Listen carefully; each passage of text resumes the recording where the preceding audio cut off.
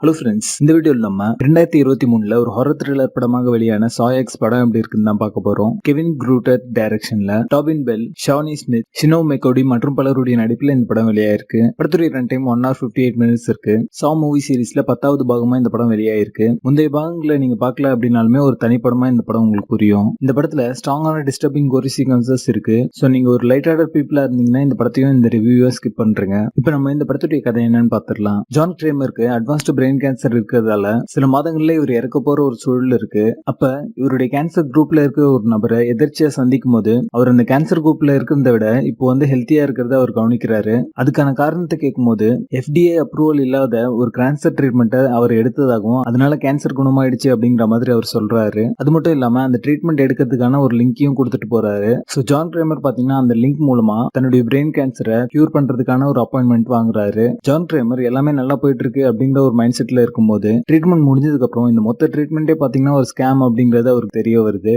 அந்த scam artist எல்லாருமே பாத்தீங்கன்னா சாமானிய மக்கள் யாரை வேணா ஏமாத்திருக்கலாம், ஆனா ஜான் கிரேமர் வந்து ஏமாத்தலாமா?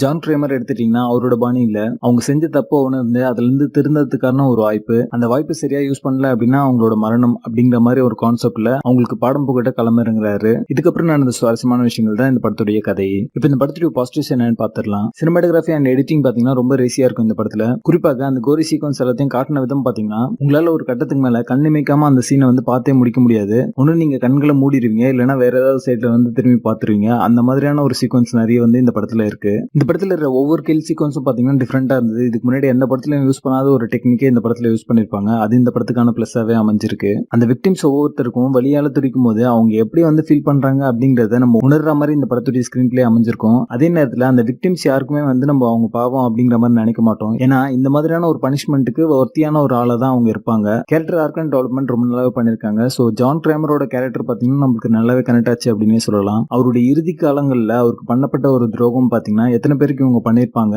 அந்த மாதிரி பண்ற ஒரு நபருக்கு இந்த மாதிரியான ஒரு பனிஷ்மெண்ட் அப்படிங்கிறது ஒர்த்து தான் அப்படிங்கிற மாதிரியான ஒரு மைண்ட் செட் நம்மளுக்கே இருக்கும். அதுதான் இந்த படத்துடைய வெற்றி அப்படின்னு சொல்லலாம். இந்த படத்துடைய ரேட்டிங் பாத்தீங்கன்னா ரொம்ப ஸ்ட்ராங்காவே இருந்தது. படம் எப்படி ஆரம்பிச்சதோ அதே மாதிரி இந்த படமும் முடிஞ்சிடும். ஸோ எந்த ஆர்டர்ல பாத்தீங்கன்னா அவர் வந்து ஏமாற்றப்பட்டாரோ அதே ஆர்டர்ல வந்து ஒவ்வொருத்தரா வந்து அவர் பழி வாங்குவாரு. இந்த படம் முடிஞ்சதுக்கு அப்புறம் ஒரு போஸ்ட் கிரெடிட் சீன் இருக்கு, அதையும் பாருங்க. அதை பாத்தீங்க அப்படின்னா தான் இந்த படம் வந்து முழுமையா முடிஞ்சிருக்கு அப்படிங்கிறது உங்களால உணர முடியும். படத்துடைய ஃபர்ஸ்ட் 25 minutes பாத்தீங்கன்னா டைலாக் ஓரியன்டட் மூவி மாதிரி ஸ்லோவா தான் நகரும். இருந்தாலுமே ஸ்லோவா வந்து பில்ட் பண்ணிட்டே போவாங்க அந்த கதைக்களத்தை. ஒன்ஸ் ஜான் கிரேமர் பாத்தீங்கன்னா ட்ராப்லாம் செட் பண்ணதுக்கு அப்புறம் பாத்தீங்கன்னா படம் கடைசி வரைக்கும் வந்து ரொம்ப இன்ட்ரெஸ்டிங்கா போச்சு அப்படின்னு சொல்லலாம். ஜான் கிரேமர், அமெண்டா இந்த ரெண்டு கேரக்டர்ஸ்க்கும் இருக்கிற அந்த மென்டார் ஸ்டூடெண்ட் ரிலேஷன்ஷிப்பை ரொம்ப நாளாவே இதுல போர்ட்ரே பண்ணியிருந்தாங்க. படத்துல நடிச்ச எல்லாருமே ஒரு நல்ல பர்ஃபார்மன்ஸை கொடுத்திருந்தாங்க. தன்னுடைய 81வது வயசுல டாபின் பெல் பாத்தீங்கன்னா ஜான் கிரேமர் அப்படிங்கிற ரோல் மூலமா இந்த மொத்த படத்தையுமே வந்து ஹோல்ட் பண்ணி கொண்டு போயிருக்காரு அப்படின்னு சொல்லலாம். இந்த ஏஜ்ல இவர் இந்த மாதிரியான ஒரு பர்ஃபார்மன்ஸை கொடுக்கறதுக்கே நம்ம பாராட்டி ஆகணும். சா 6க்கு அப்புறம் பாத்தீங்கன்னா இந்த பிரான்சைஸ்ல வந்த படங்கள் எதுவுமே பாத்தீங்கன்னா எனக்கு பெருசா வந்து ஒர்க் அவுட் ஆகல. சா மூவி பிரான்சைஸ் நம்மளுக்கு எதுக்காக பிடிக்கும் அப்படிங்கறத மறுபடியும் ஞாபகப்படுத்துற மாதிரி இந்த படம் வந்து அமைஞ்சிருக்கு. இது வரைக்கும் அந்த 10 சா மூவிஸ்ல பெஸ்ட் 5 அப்படின்னு எடுத்தீங்கன்னா கண்டிப்பா அந்த லிஸ்ட்ல இந்த படம் இருக்கும். படத்துடைய பேசிங் நல்லா இருக்கும், பெருசா டல் மூமெண்ட் எதுவுமே இருக்காது.